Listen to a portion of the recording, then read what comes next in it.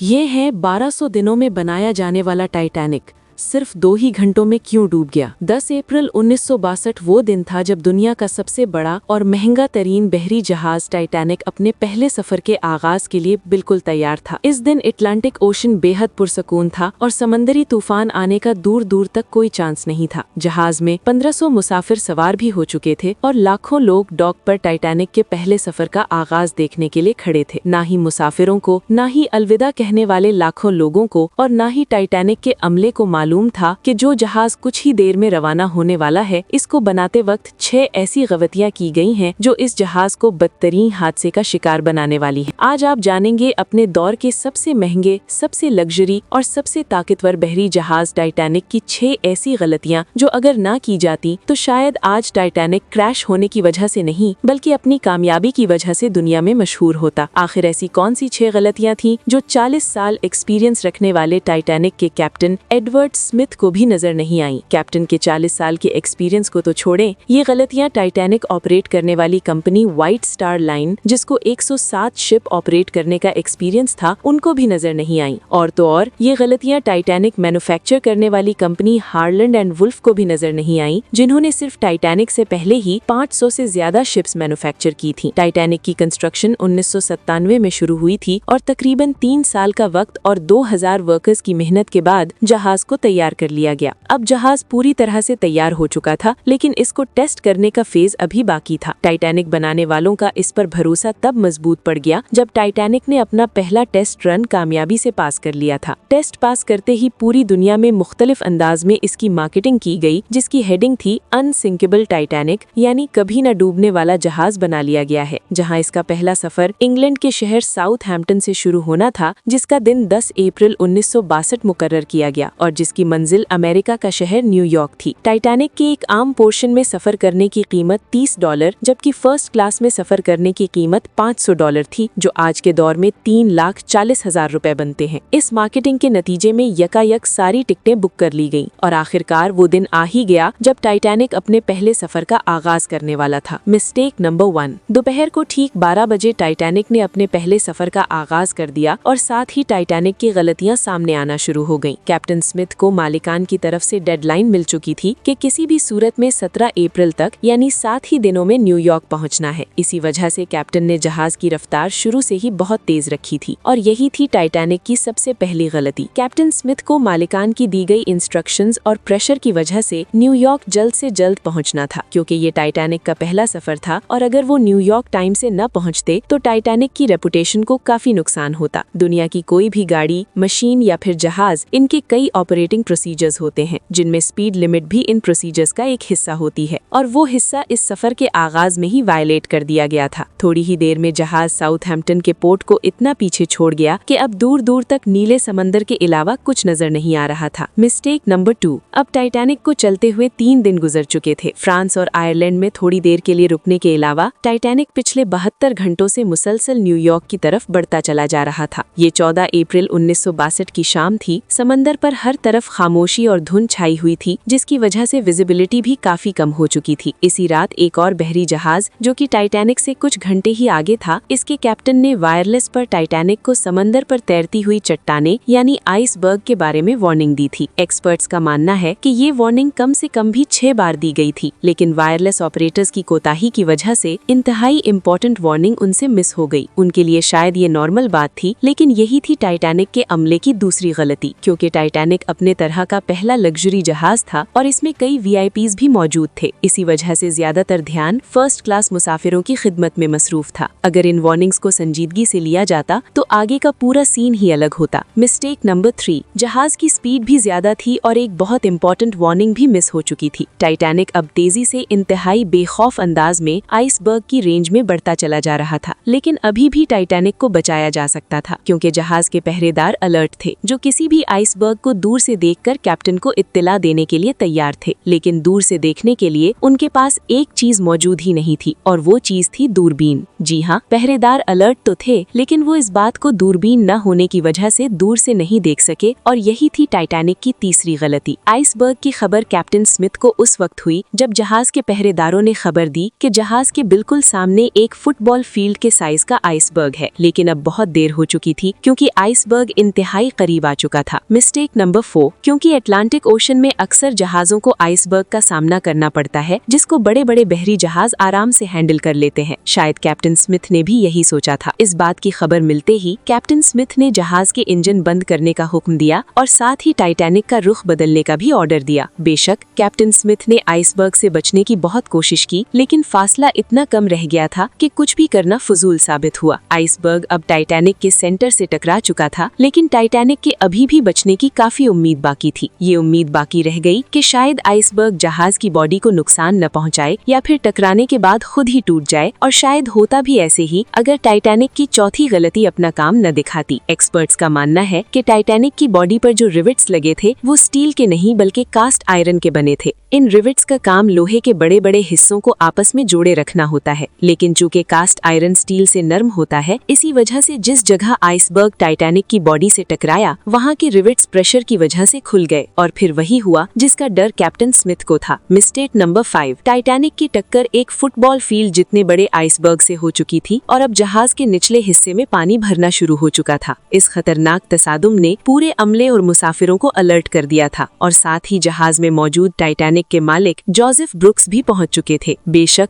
Titanic में पानी भरना शुरू हो गया था, लेकिन अभी भी टाइटैनिक के बचने की उम्मीद बाकी थी, क्योंकि टाइटैनिक को ऐसे डिजाइन किया गया था कि अगर इसके 3 फ्लोर्स में पानी भर भी जाए फिर भी ये नहीं डूब सकता। लेकिन बदकिस्मती से इस जहाज के 3 फ्लोर्स को क्रॉस करके पानी अब चौथे फ्लोर तक पहुंच चुका था। अब मामला हाथ से निकल चुका था। टाइटैनिक आहिस्ता आहिस्ता समंदर में डूबता जा रहा था। अब जहाज की फिक्र किए बगैर इसमें मौजूद मुसाफिरों को अपनी जान बचाने का वक्त आ चुका था। कैप्टन स्मिथ ने रेडियो पर इमरजेंसी अलर्ट जारी कर दिया। जब तक कोई मदद के लिए आता तब तक मुसाफिरों को लाइफ बोट्स में शिफ्ट करने का प्लान किया गया, लेकिन इस मौके पर 5वीं गलती ने अपना काम दिखा दिया। जी हाँ, जहाज में टोटल 32 लाइफ बोट्स की जगह थी, लेकिन कोताही की वजह से सिर्फ 20 बोट्स ही रखी गई थी। मुसाफिर थे 1500 और बोट्स थी सिर्फ 20। मिस्टेक नंबर 6, हर तरफ अफरा तफरी का आलम था और हर शख्स गिनी चुनी कश्तियों में सवार होना चाहता था। 12:45 पर पहली इमरजेंसी कश्ती इस समंदर में उतारी गई, लेकिन यहाँ हुई एक और छठी गलती। अफरा तफरी के आलम में कश्तियों को पूरा भरे बगैर ही समंदर में उतार दिया गया, जिसमें ज्यादातर फर्स्ट क्लास मुसाफिरों को तरजीह दी गई थी। यानी जो लोग ज्यादा अमीर थे उनको पहले बिठाया गया था कश्तियों में। अगर ज्यादा मुसाफिरों को बिठाया जाता तो इंसानी जानें कम जाया होती। टाइटैनिक अब तेजी से समंदर में डूबता जा रहा था।